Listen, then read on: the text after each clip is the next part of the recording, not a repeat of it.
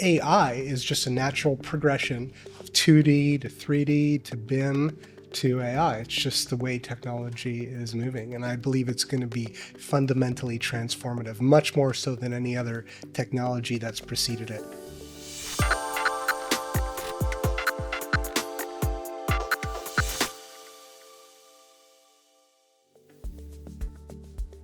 Welcome to the Trailblazers podcast, presented by BST Global, where we feature the visionaries who are shaping the future of the AEC industry. My name is Eileen Canady, Chief Marketing Officer at BST Global, and your host on today's podcast. Joining me today, we have Sean Young, Director of AEC, Geospatial, and AI Solutions Industry Marketing at NVIDIA. Hi, Eileen. Welcome, Sean. Hey, thanks for having me. Thanks for being here. Yeah, my pleasure. So how about we kick things off by sharing a bit about your career journey from 3D visualization and product management to your current role at NVIDIA, and what drew you to the world of AI, geospatial, and digital transformation? Yeah, sure. Well, I've been in 3D my entire career, starting with technical documentation and then getting into more 3D animation and visualization. I was working at Autodesk in the M&E group, but the technologies that were made by M&E, media and entertainment, were used by the customers in manufacturing and architecture for advanced visualization. And then I went over to the hardware side at HP, leading industries like manufacturing and AEC, and then at NVIDIA doing the same thing.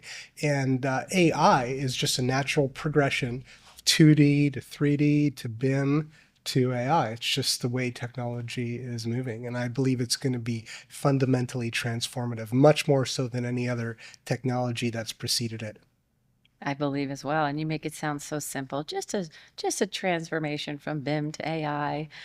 So simple, but yet so complex, isn't it? So then, can you tell the audience a bit more about NVIDIA and what the company does and the kind of impact that it strives to make? Yeah, sure. Our mission in the world is to accelerate software, and that's what we do. We started doing it with the invention of the GPU, which accelerated back then graphic software. That's what we created it for gaming. But it turns out that the GPU is good for accelerating a lot of things that are very computationally expensive that can be parallelized, which means the computation can be done by lots of processors or processing cores at the same time. And the CPU wasn't built for that. So the GPU is very well adept at parallel computing, and the problems went from graphics to computational intensive calculations like weather simulation and prediction, supercomputing mathematical problems where the government labs and academic institutions were deploying these massive supercomputers built on NVIDIA technologies. Now, AI is the problem that is very well suited to parallel computing. And it's not enough just to have one GPU or one server with many GPUs or even a server rack with multiple servers with multiple GPUs. The problems are so big, the AI training, that we need entire data centers that are architected for scalability around this GPU. And it's not enough just to have the GPU to do that. So what NVIDIA is doing is building the full stack, the GPU, the CPU, the networking architecture, all the software that connects all these things, so we can build basically the data center that we call the AI factory. And that's the new unit of compute, the entire data center, from one GPU to an entire building, which is very relevant to the AEC industry because a lot of the people involved in this community, watching this video, attending the summit, are going to be involved in the development and construction of AI data centers. And NVIDIA is going to be at the heart of that.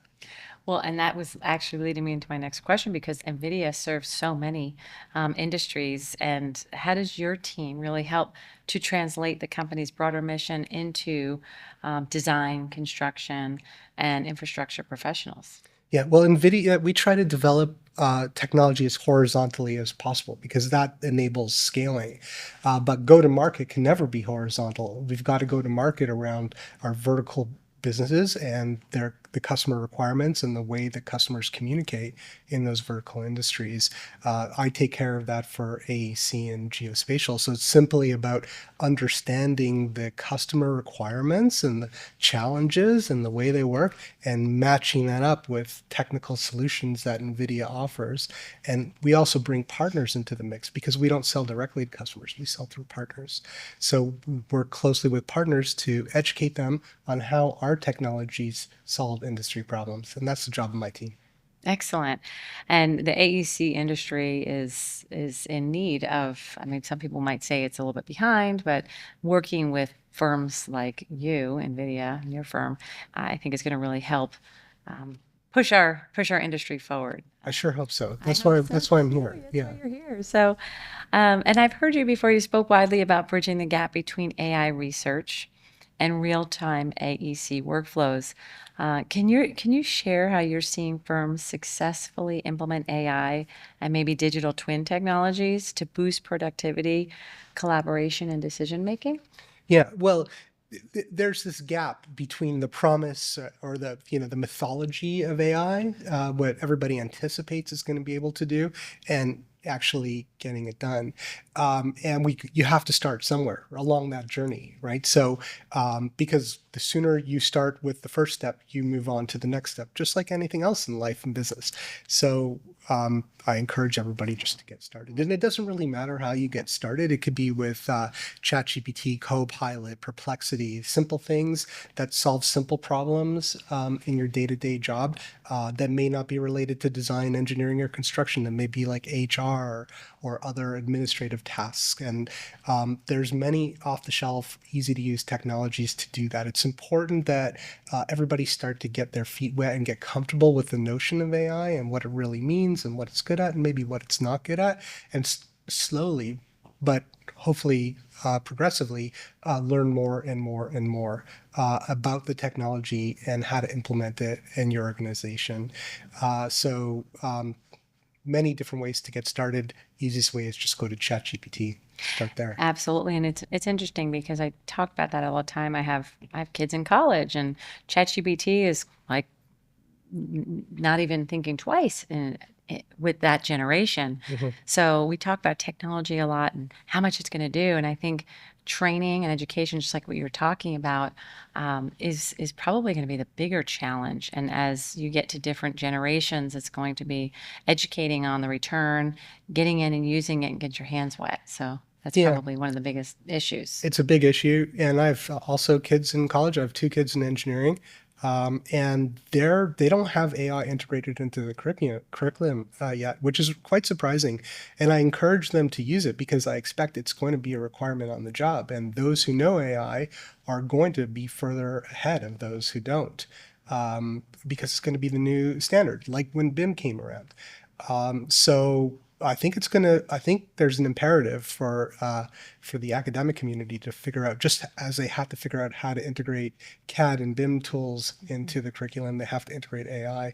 And the kids also, my kids, are like, well, Dad, I don't know if I should use AI. Isn't that cheating?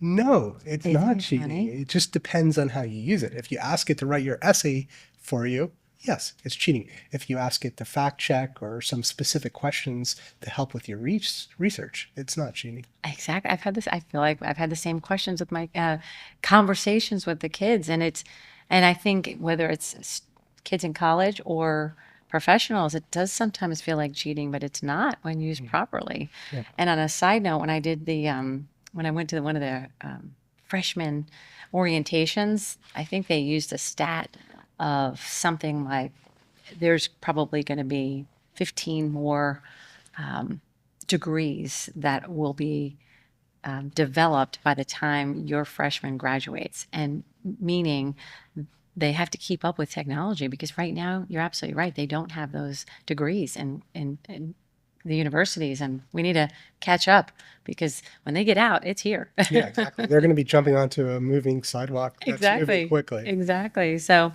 as exciting as AI is, many firms are grappling with some of the foundational challenges like data quality, infrastructure readiness, or lack of AI literacy, like we were just talking about. So, what are the most common hurdles, and what advice would you give for overcoming them? Well, number one, just like anything else, hire the right people. Right. I'll leave it there. Mm-hmm. Hire the right people and they'll know what to do. Exactly. Okay. And with tools like NERF, RAG, and inference now being discussed in AEC circles, how do you help firms decide what's hype and what's worth investing in? Yeah, NVIDIA tries to help with that. But again, it comes down to hiring the right people because there's elements and nuggets of all of these technologies that may be useful to the firm. But even like something like NERF, which is part of a family of technologies called radiance fields, there's lots of different approaches, lots of different software. Who's going to decide what is the right approach and which use case it should be applied to in your office? That's where hiring the right people come into play. And the right people for AI, it starts with a data scientist because you mentioned data. It starts with a data scientist because if you want to mine your data to use your data for AI to create or fine tune AIs that understand the way you run your business and the secret sauce of the way you work, then you have to have somebody who is capable, who has the tools and the knowledge to organize that data to prepare it for AI.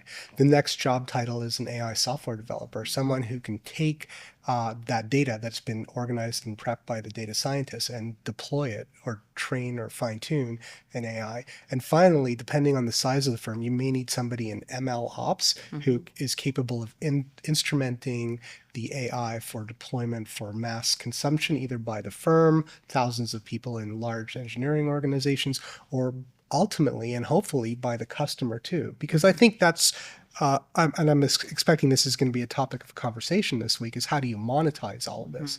Massive investments.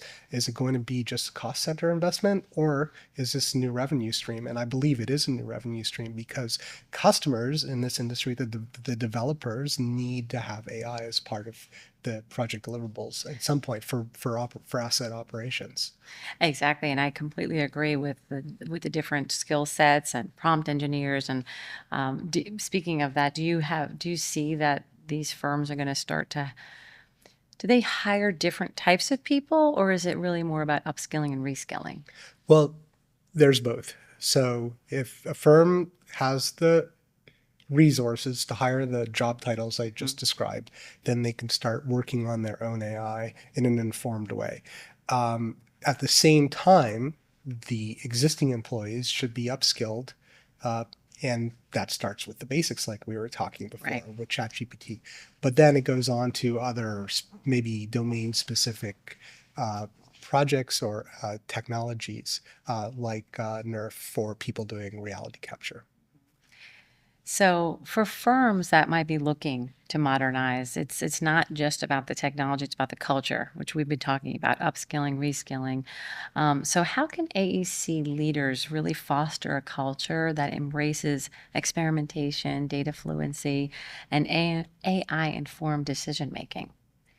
Well, I think it's embracing the promise of the technology to optimize productivity. And that requires a culture of innovation and a culture of risk as well, because there's investment required. And in this industry, risk is a term that implies risk to the business, but also risk on the project, and that risk needs to be managed. So there's ways to do that, and again, it's about having the right people. And NVIDIA partners across industries with platforms like Unreal Engine, Microsoft Azure. So, how does the cross industry collaboration really accelerate the innovation within the AEC sector? Yeah, well, I mentioned at the top of our talk that NVIDIA is in the business of accelerating software. Yes. And those are the software applications that NVIDIA accelerates. We accelerate by providing the hardware and also the toolkits that wrap around the hardware that software developers like the ones you mentioned can use to accelerate their software. We do the heavy lifting by writing the low-level code, the SDKs and libraries that they can use so they can just push the speed button on Right. their software without having to get into all the number Right. crunching to make it work on our hardware. Excellent. So, looking ahead, how do you see the convergence of AI, simulation, and real-time visualization transforming the AEC industry over the next 5, maybe even 10 years? Yeah, well, simulation has been transformative. Doing computer simulation uh, through computational fluid dynamics, structural simulation, etc. What's going to be interesting is when that becomes more integrated in the design process. And we see real-time visualization is here, real-time ray tracing, and that's been transformative in the way we communicate the visual aesthetics of projects. When we're able to have real-time simulation, the designers and engineers are going to be able to understand the physical implications of their design, not days, weeks, months later after the design's been done, at which point it's very difficult to iterate, but as they're designing, and even in the form of constrained design. So in my opinion, it's going to fundament real-time simulation, or as I like to call it, predictive physics, is going to fundamentally change the way design happens. Excellent. And what are you most excited about in looking in the future? I think it's that. I think Yes. it's the modality of design and engineering, which has, though we've gone from drawing on paper or stone tablets, Yeah. for thousands of years in orthographic or perspective, and then to 2D and 3D on the computer, and even to BIM, we're still kind of doing it the same way Right. by drawing now complex geometries and aided by scripting and such, but it's still drawing with a mouse. I think I'm really excited about new interaction modalities that are going to leverage AI to not draw, to create buildings and infrastructure through other interaction modalities. Talking, typing, clicking on things, spinning wheels, I'm not sure, but maybe not drawing. Yeah, it's so exciting about what the potential is to come because I feel like ChatGPT just came out and everybody was just amazed at the numbers of people using it. And now we've come so far in such a short period of time. So I'm really excited. And NVIDIA is at the heart of all technology. So it's super exciting. And so if you were to give advice to an individual, aspiring professionals who wants to get into AI and digital transformation, particularly in the AEC industry, Mhm. what would that advice be? Well, there's two approaches. If you're interested in computer science, then go in deep in AI Okay. and study AI methodologies, technologies, programming, Python, all of that. If you're more of a practitioner of AEC, designer, architect, engineer, uh, then I would suggest getting started right away with the many AI tools for AEC. There are hundreds, if not thousands, of startups, and they have, free trials and such. And there's also technologies that are open source that you can start playing around with, like diffusion models and such. So roll up your sleeves, take a look at what's out there, experiment, have fun, because this is actually fun Yeah. to explore a new way of working, and actually, break down barriers into new frontiers. So it's a really exciting opportunity for young people who have the time and the will and the motivation to go and explore. It really is. I'll make sure that both my boys are in college right now studying computer science and engineering. So I will make sure they tune in and listen to you. Even if they don't listen to me, they'll listen to you. Yeah, well, the message there, I think, is, software is going to create, AI is going to create software. So software is going to create software. So the people that today Uh-huh. are typing software, well, if they probably won't be needed to do the same Right. thing in the future. Instead, they're going to be needed to type AI. Mm-hmm. And the AI is going to create software. And that's going to completely change the way software is made. Exactly. And it's exciting, scary, and everything in between. So as we kind of wrap up, Sean, what's the best advice that you've ever received And part one. And part two, if you were to go back, I don't know, 20 years in your career, what advice would you give to yourself? Yeah. So the best advice I think I've ever received is that it's okay to fail. Okay. And just, don't feel bad because you made the best decision you can make with the knowledge and skills you have at the time, as long as you make informed decisions. Fail, learn, move on. If you could fail fast, much better. Yes. If you could fail with limited cost or risk exposure, much better. But failure means you're trying. Mm-hmm. So it's okay to try new things. It's okay to fail, and eventually you'll succeed. So I think that's really important for young people to know. And I think it's important for organizations to encourage that kind of culture with guardrails. Going back 20 years, I would say take your time to enjoy Right. the moment. The career progression will come. So just, take your time and enjoy the people you work with, enjoy the adventures that you're tasked with, and the reward of career progression will take care of itself. Absolutely. And that's great advice. Fail fast. It means you're working, and take your time and enjoy life, because it does go really fast, doesn't it now? Yeah. So, well, Sean, it's been an absolute pleasure having you on the podcast today. Thank you so much for joining us. And thank you. Thanks, Eileen, for having me. Really appreciate it. And thank you to all our audience for joining us today on the Trailblazers podcast. Until next time, take care.